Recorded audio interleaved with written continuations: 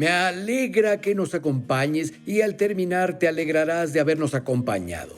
Nos trae la palabra Harrison Conley. Es nuestro hijo, también es el pastor principal de nuestra iglesia. ¿Sabes qué? El chico predica. La mano de Dios está en su vida y me alimento cuando lo escucho hablar, y nos hablará hoy de Romanos capítulo 12 y te garantizo que serás bendecido y estirado por lo que escuches hoy. Hola, soy Bayless Conley.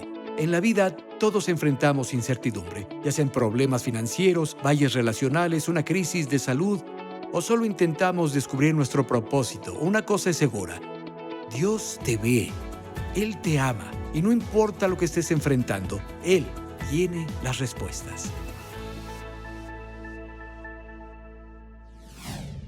Si tienes una Biblia, ¿la abrirías conmigo? El libro de Romanos, Romanos capítulo 12. Romanos capítulo 12, versículo 1. El apóstol Pablo escribe esto: tomando en cuenta, hermanos, la misericordia de Dios. Si tienen un bolígrafo, pueden circular o subrayar esa frase.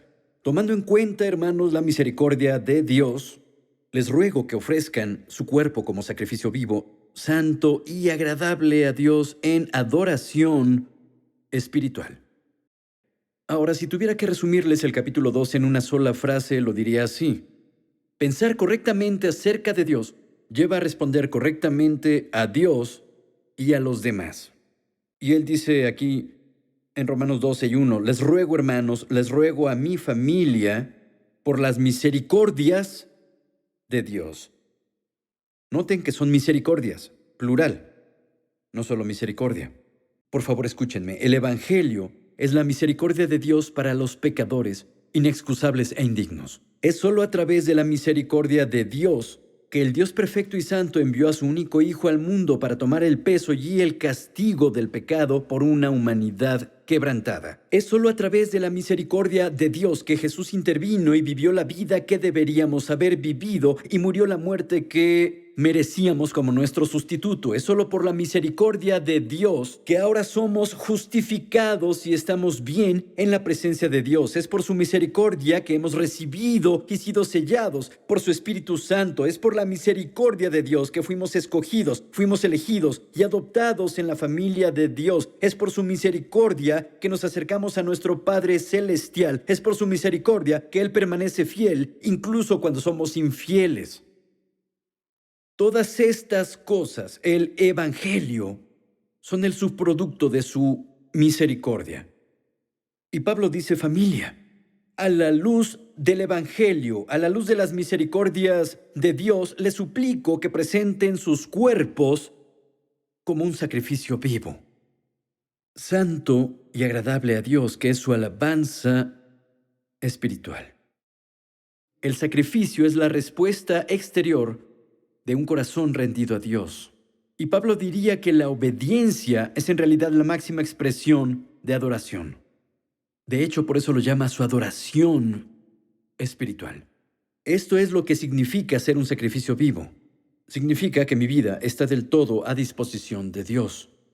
Significa que estoy activo y dispuesto a obedecer a Dios en cualquier cosa que Él diga, en cualquier área o ámbito de mi vida. E incluso cuando no estoy de acuerdo con Él, o incluso cuando no entiendo por qué me pide que haga lo que me pide que haga, ser un sacrificio vivo es que aún estoy dispuesto a agradecerle que me pida que lo haga. Y cuando nuestro corazón toma esa postura de sumisión y esa postura de obediencia, se convierte en una forma y una expresión de adoración espiritual ante Dios. Y no se equivoquen, seguir a Jesús requerirá una vida de sacrificio. Te costará algo seguir a Jesús, especialmente en nuestros días y época. No sé si te diste cuenta, pero por la tendencia de la sociedad, el precio de seguir a Jesús se ha vuelto más alto. No solo la gasolina o los precios de la vivienda están subiendo. El precio de seguir a Jesús ha subido. Y seguir a Jesús en nuestros días te costará en el área de tus relaciones. Ciertamente te costará en el área de la popularidad mundana. Puede costarte en el área de la movilidad ascendente cuando se trata de tu trabajo o tu carrera. Es casi seguro que te costará en el área de tu reputación. Pero recuerda las palabras de Jesús: Él dijo, bienaventurados cuando el mundo los odie, los maldiga, los persiga y los ultraje. Él dijo, regocíjense y alégrense mucho porque su galardón es grande en los cielos. Aquí está el punto.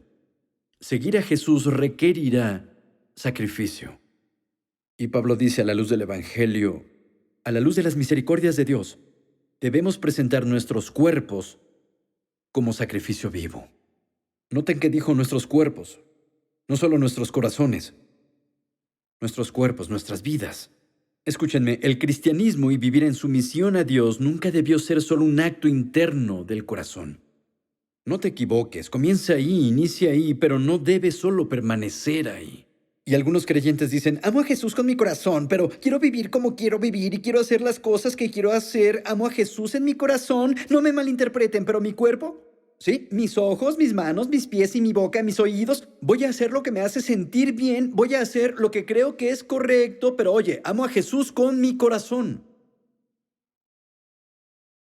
Y la tragedia con esa forma de pensar es que es completamente torpe. Es al revés. Amar a Jesús con mi corazón, pero no honrarlo con mi vida. Eso es como agua y aceite, es incompatible. No funciona así. ¿Por qué? Porque Jesús es rey de todo o no es rey en absoluto. Así es como funciona. Entonces, si he sido salvo y si Jesús en verdad cambió mi corazón internamente, entonces ese cambio externo debería producir nuevos frutos externos en mi vida. Pablo nos hace saber que la vida exterior tiene que coincidir con la vida interior, porque no solo adoramos a Dios en nuestro corazón a través del canto o la melodía. También, y lo que es más importante, la adoración espiritual es un estilo de vida de obediencia exterior y sumisión a Dios y a su palabra. Y esto es lo que Pablo comunica, que a la luz de las misericordias de Dios, a la luz de la salvación, nuestra respuesta racional, responsable y razonable debe ser la ofrenda de toda nuestra vida en sumisión, en obediencia a Dios. En otras palabras, cuando tenemos una visión adecuada del Evangelio, cualquier cosa que no sea una sumisión total y completa a Dios es completamente irracional. Dejaré que eso profundice por un momento. Escucha, si solo te has entregado parcialmente o con poco entusiasmo a Dios, aquí hay una verdad desagradable que tendrás que procesar. Si solo te has entregado parcialmente a Dios, es posible que no entiendas o no hayas experimentado el poder del Evangelio. Porque lo que está adentro se producirá en el exterior, y si el Evangelio realmente te ha cambiado interiormente, el fruto exterior de ese cambio resultará en obediencia a Dios. Jesús dijo, un árbol se conoce por su fruto. Y si tu fruto exterior no es el fruto del Espíritu, te voy a preguntar, ¿realmente has sido cambiado interiormente? Aquí está la verdad que todo creyente debe aceptar. La obediencia a Dios es en realidad un regalo de Dios. No es obligatorio, es un privilegio. Y Pablo dice que esta forma de vivir es nuestra respuesta adecuada a la gracia y la misericordia que Dios nos ha dado. Y solo agregaré esto gratis. La vida que se vive en obediencia a Dios produce gozo. Porque fuimos creados para adorar, glorificar y deleitarnos en Dios. ¿Y cómo hacemos eso? Lo hacemos a través de la obediencia. Es una forma de adoración espiritual. Hay una expresión que a los teólogos les gusta usar. Dice así: la teología correcta conduce a la doxología correcta. Que es una forma elegante de decir, pensar correctamente acerca de Dios, la teología correcta conduce al tipo correcto de respuesta o adoración, una doxología a Dios. ¿Por qué eso es importante? Porque en el versículo 2 Pablo dice esto: no se conformen a este mundo, sino sean transformados mediante la renovación de su mente, para que comprobando puedan discernir cuál es la voluntad de Dios, lo que es bueno, aceptable y perfecto. De nuevo, mantengan esta frase en su mente. Pensar correctamente acerca de Dios conduce a la forma correcta de responder a Dios. Pablo pasa el resto del capítulo mostrándonos que si adoptamos el tipo correcto de pensamientos y renovamos nuestras mentes, todo cambiará en todo. No solo comenzaremos a responder a Dios de la manera correcta, sino que pensar correctamente acerca de Dios y del Evangelio cambiará la forma en que vemos y actuamos hacia los demás y hacia nosotros. El versículo 2 es la llave que abre el resto del capítulo para nosotros. De nuevo, en el versículo 2 dice, no se conformen a este mundo. Literalmente es, no te dejes meter en el molde o en el patrón de este mundo, sino sé transformado por la renovación de tu mente. Pablo enseña aquí una forma de vida nueva y radical, y solo te digo que este tipo de estilo de vida bíblico requerirá una mente transformada para seguirlo. De nuevo comienza diciendo, no se conformen al modelo de este mundo, sino sean transformados. ¿Qué significa eso? Pablo nos muestra dos patrones diferentes para que los examinemos y comparemos. Un patrón es el patrón del mundo, el otro es el patrón de la voluntad de Dios o su palabra. Y Pablo dice, oye, si vas a hacer lo que has sido llamado a hacer, si vas a hacer un sacrificio vivo, si realmente vas a vivir esta vida en obediencia a Dios, tendrás que reconocer y rechazar el patrón y el pensamiento y el sentimiento y el comportamiento que este mundo hace comunes, y en cambio deberás aceptar la voluntad de Dios y la palabra de Dios como el patrón para tu carácter y tu comportamiento. Y usa estas dos palabras realmente importantes, conformado y transformado, y están en contraste entre sí. Conformado habla de una mirada hacia afuera, de un comportamiento exterior. Significa parecerse o imitar algo. En este caso, significa parecerse y comportarse como el mundo. Y no te equivoques. La sociedad está tratando de conformarte, intenta meterte en su molde. No busquen más allá de las redes sociales o la televisión, los medios de comunicación e incluso en ocasiones el sistema educativo. Decir que impulsan un fin o te presionan para tratar de que te conformes con su forma de pensar es quedarse corto.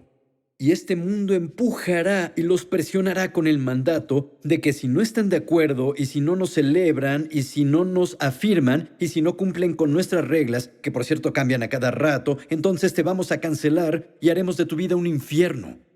Pero luego, por otro lado, si te ajustas al mundo, que por cierto el mundo ama cuando los cristianos se ajustan a su patrón, si te ajustas y si empiezas a pensar y actuar y a seguir las señales de la cultura y no la palabra de Dios, el mundo te va a animar, el mundo te va a celebrar, el mundo te va a dar una plataforma. Y desafortunadamente comenzamos a ver los resultados de este tipo de presión social incluso en la iglesia.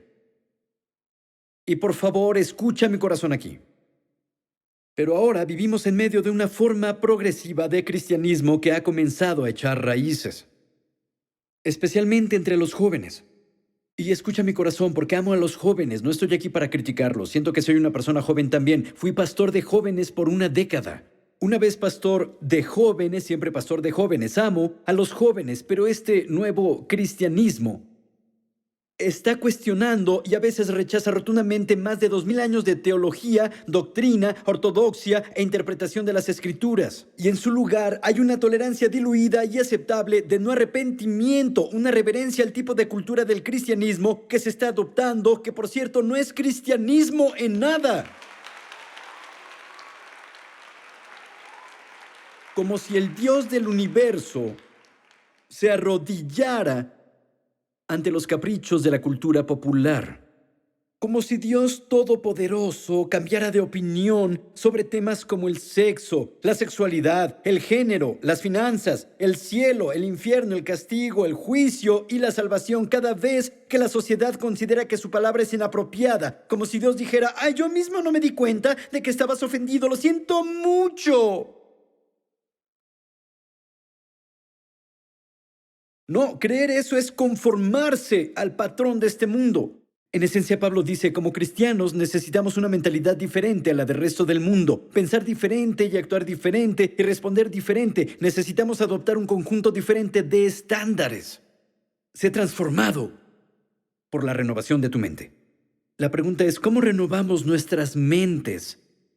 Y la verdad es que al menos aquí en este pasaje, Pablo no entra en muchos detalles explicando el cómo. Nos da suficientes pistas para empezar. Les daré un par de observaciones. Esa palabra que ves ahí, por la renovación de tu mente, tu Biblia podría decir renovando tu mente. No es solo un momento único, no solo una renovación. En el idioma original es plural, más de una vez. Esta es una disciplina continua que diario debemos buscar activamente. Y este acto de renovar nuestra mente, la segunda observación, es que está directamente conectado con la declaración inicial de Pablo sobre las misericordias de Dios. Entonces, el acto regular de renovar nuestras mentes está directamente conectado con considerar regularmente a Dios y sus misericordias y lo que ha hecho por nosotros en nuestras vidas. Pensar correctamente de Dios lleva a responder correctamente a Dios. ¿Y sabías que las cosas en las que piensas regularmente, las cosas en las que meditas regularmente comienzan a alterar y cambiar tu cerebro? Si me permites, me gustaría ser un nerd contigo un rato, pero Dios realmente ha creado nuestro cerebro de una manera tan compleja que somos capaces de cambiar, reorganizar e incluso adaptarnos bajo las circunstancias y traumas más severos. Aún los sentimientos más arraigados que tenemos, las experiencias y los hábitos más arraigados pueden modificarse y reconfigurarse en nuestro cerebro a través de la forma en que pensamos. El término científico para esta función del cerebro se llama neuroplasticidad. El término bíblico para esta función del cerebro es renueva tu mente. Por eso el libro de Proverbios dice, como un hombre piense en su corazón, así es él. Eso significa que existe una conexión intrínseca entre las cosas en las que pensamos y la forma en que vivimos nuestras vidas. Ahora, hay 3 formas principales en que tu mente se llenará: por tus ojos, tus oídos y por tu boca. A través de lo que ves, de lo que escuchas y de las cosas que dices. Estos factores determinarán lo que piensas y cómo percibes el mundo, lo que resultará en cómo vives tu vida. Y volviendo a la Escritura, Pablo dice que nuestras mentes deben ser consumidas y estar llenas de pensamientos acerca de las misericordias de Dios. Nuestras mentes deben estar inflamadas con la verdad acerca de Jesús. Y solo hay un lugar en este mundo donde puedes encontrar la verdad acerca de Jesús: la palabra de Dios. Es por eso que Pablo le escribió a los colosenses y les dijo que la palabra de Dios more en abundancia dentro de ustedes. ¿Cómo pasa eso? ¿Cómo obtengo la palabra de Dios en abundancia en mí? Eso se logra leyendo la palabra de Dios, escuchando la palabra de Dios, diciendo la palabra de Dios y creyendo en la palabra de Dios. De nuevo, cuando acepto la palabra de Dios a través de mis ojos, mis oídos y mi boca, la verdad de Dios comienza a llenar mi mente. Y como la palabra de Dios es sobrenatural, cuando habita ricamente en mí, termina en más que yo teniendo pensamientos correctos, se vuelve en el filtro y la influencia rectora de mi vida. Permítanme decirlo así: cuando tu imaginación es consumida y capturada por Cristo, cuando comienzas a obsesionarte y a meditar regularmente sobre quién es Jesús y lo que ha hecho por ti, el Espíritu Santo, quien por cierto está viviendo en ti, toma esas verdades y las usa para transformar tu mente, donde no solo comienzas a adoptar una nueva mentalidad que es diferente al mundo, sino que tu vida y tu comportamiento comienzan a cambiar y se alinean con la voluntad de Dios. El versículo 3. Pablo dice, porque por la gracia que me ha sido dada, digo a todos, noten que nos incluye a todos, digo a cada uno de ustedes, que no se considere a sí mismo más alto de lo que debe pensar, sino que piense con sobriedad, cada uno según la medida de fe que Dios le ha asignado. Esa última frase, según la medida de fe que Dios le ha asignado, casi hace pensar que Dios le ha dado a cada persona una cantidad diferente de fe. Según la cantidad de fe que se te haya dado, eso determinará cómo te ves a ti mismo. Quiero confirmar que no es lo que Pablo está diciendo aquí. Lo que está diciendo es que la salvación es la norma, la salvación es la medida para todos. Esencialmente, la forma correcta de verse a sí mismo es verse a la luz del Evangelio, verse a sí mismo a la luz de las misericordias de Dios. Esa es la medida base para todos. Y parte de ser transformados significa que necesitamos una visión correcta y adecuada de nosotros. Y lo primero que leemos aquí, a lo que Pablo apunta, es a nuestro orgullo. Él dice, no pienses de ti mismo más alto de lo que eres. Lo que está a punto de exponernos es contracultural y es muy diferente de lo que parece la conformidad mundana. Porque el mundo dice, oye, la raíz de la mayoría de tus problemas es que tu autoestima es muy baja. El mundo dirá, necesitas pensar más alto de ti mismo, debes pensar más en ti. El mundo dice, oye, despiértate en la mañana y sé la primera persona en tu mente. Despierta, mírate en el espejo, di, oye guapo, ¿qué quieres tú? ¿Qué necesitas tú? ¿Qué sientes hoy tú? ¿Qué es lo que deseas hoy tú? ¿Cómo puedes llamar más la atención hoy? Este es el mensaje del mundo. Así es como nos dice que nos veamos. Conversando con el apóstol Pablo, él presenta una forma diferente. Y dice, oye, un día te despertarás y te encontrarás con Jesús. Y de repente su misericordia va a consumir tu mente y cuando eso suceda, todo cambiará. Y de repente la narrativa cambia. En lugar de que la vida se trate de ti, comienza a tratarse de Él. Y empiezas a decir, Jesús, oye, ¿qué te parece, Jesús? ¿Qué quieres, Jesús? ¿Qué necesitas, Jesús? ¿Qué deseas, Jesús? ¿Cómo puedo vivir mi vida para ti, Jesús? ¿Cómo puede mi vida traer gloria a tu nombre, Jesús? ¿Cómo puedo influenciar a otros para que experimenten la misericordia como yo he experimentado tu misericordia?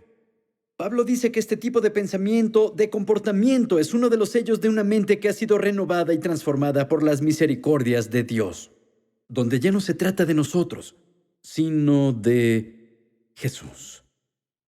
Pablo dice, les digo a cada uno de ustedes que no tenga un concepto elevado de sí mismo, más elevado de lo que debe ser.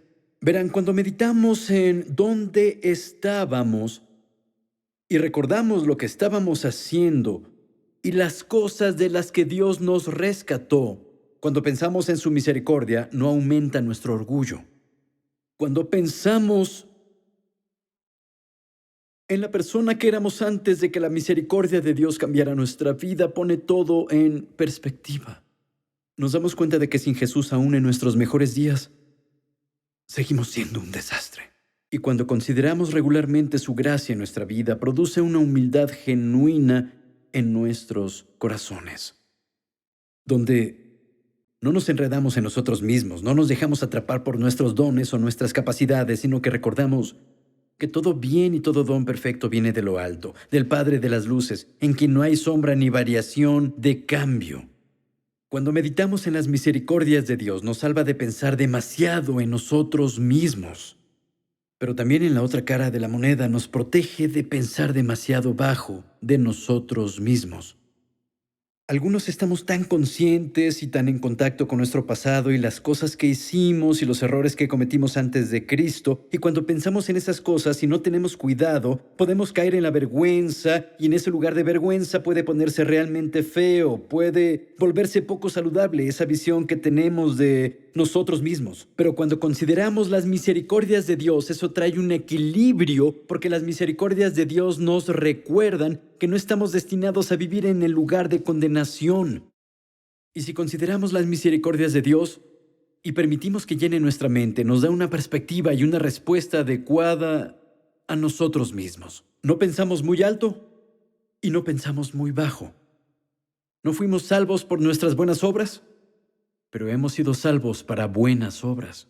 Y que a través del poder del Espíritu Santo jugamos un papel en traer el reino de los cielos a esta tierra. Pablo dice que la belleza de esta comprensión, la belleza de esta revelación, es que las buenas obras a las que hemos sido llamados a hacer, número 1, Dios nos ha dotado para hacerlas. Pero número 2, estamos destinados a llevarlas a cabo en el contexto de una comunidad del Evangelio, también conocida como la Iglesia. Versículo número 4. Pablo dice, porque así como en un cuerpo tenemos muchos miembros, pero no todos los miembros tienen la misma función, así también siendo muchos, somos un cuerpo en Cristo e individualmente miembros los unos de los otros. Cuando se trata del papel de la iglesia, cuando se trata del papel del cuerpo de Cristo, todos somos individualmente únicos. Todos tenemos un propósito individual, jugamos un papel diferente en el reino de Dios. No obstante, de acuerdo con este versículo, Dios ha ordenado deliberadamente su iglesia, tal como Él ordenó el cuerpo humano. Significa que somos interdependientes. Una forma elegante de decir que nos necesitamos unos a otros. Nos necesitamos. Fuimos llamados a desempeñar un papel diferente, pero nunca seré todo lo que Dios me ha llamado a hacer sin ti. Y tú nunca serás todo lo que Dios te ha llamado a hacer sin mí. Y el don que Dios me ha dado y el propósito de los dones que Dios nos ha dado individualmente es para que colectivamente podamos glorificar el nombre de Jesús. En tu Biblia, en los versículos 6 al 8, Pablo comienza a enumerar algunos de estos dones que Dios nos ha dado, y no es una lista exhaustiva, pero nos ayuda. Habla de profecía, de servicio, de enseñanza y de exhortación, de generosidad o de dar económicamente, de liderazgo. Habla del don de la misericordia. Y lo que dice es que si vamos a pensar correctamente sobre nosotros mismos y nuestros dones y propósito en la tierra, tenemos que vernos dentro del contexto de estar conectados a una comunidad del Evangelio.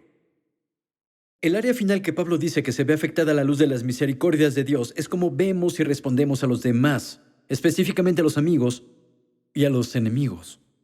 Los versículos 9 al 13 hablan sobre cómo respondemos y vemos a los amigos. Los versículos 14 al 21 hablan de cómo vemos y respondemos a nuestros enemigos. Y quiero resumir esta área final diciendo esto, que cuando vemos las misericordias de Dios, nos damos cuenta de que debemos responder a los demás, tanto amigos como enemigos, tratándolos de la manera en que Dios nos ha tratado, que en verdad me trae convicción. Hay algunas áreas en mi vida en las que no vivo esto, pero le pido al Espíritu Santo que me ayude. La primera línea del versículo 9 resume el resto de este capítulo hablando de cómo debemos pensar y responder a los demás. Pablo dice esto, que el amor sea genuino. ¿Sabes qué es esa palabra amor en griego? Seguro adivinas. Es ágape. Ágape es el tipo de amor de Dios. Es el amor que ha sido derramado en nuestros corazones por el Espíritu Santo. Es el tipo de amor que es de naturaleza perpetua. Es el tipo de amor que nunca termina. Es un amor que nunca falla, que nunca se rinde. Es el tipo de amor que siempre elige creer lo mejor. Y el deseo de ver y responder a los demás cuando se trata de ese tipo de amor es muy fácil de hacer cuando los consideramos amigos. Pero no es tan fácil cuando los consideramos enemigos. ¿Cómo hacemos eso? ¿Cómo comenzamos a desear verlos a través del filtro del amor? Recordando las misericordias de Dios. Versículo 2. Pablo dice, a la luz de las misericordias de Dios. Es el versículo 1. A la luz de las misericordias de Dios.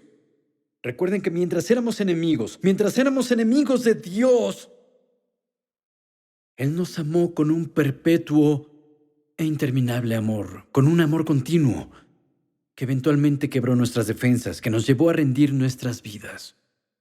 Mientras éramos enemigos de Dios, Él nos amó, envió a su Hijo y se entregó a sí mismo por nosotros. De nuevo, permítanme resumir este capítulo.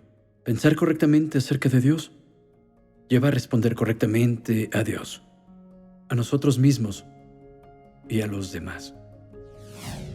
Una de las cosas más profundas que descubrirás en tu vida es que eres amado por Dios. Dios nos amó cuando aún éramos pecadores. Él nos amó cuando éramos enemigos. Dios tanto amó al mundo que dio a su Hijo unigénito para que todo el que crea en Él no perezca, sino que tenga vida eterna. El mensaje falso es que Dios está enojado con el mundo y que quiere aplastarnos siempre. Sí, Dios es un Dios de justicia, Él es un juez justo y un día el juicio viene, pero la verdad es que Jesús tomó nuestro juicio en la cruz del Calvario. Él sufrió el castigo por nuestros pecados. La ira justificada de Dios contra el pecado del hombre fue derramada sobre su Hijo y Jesús voluntariamente se volvió nuestro sustituto y en nuestro lugar murió. Y para aquellos que aceptan a Jesús, la ira de Dios pasa sobre ellos y nunca experimentarán ese juicio. Amigo, es importante que le digas sí a Jesucristo. Evita ese juicio futuro y ven al redil. Forma parte de la familia de Dios al confesar a Jesús como Señor.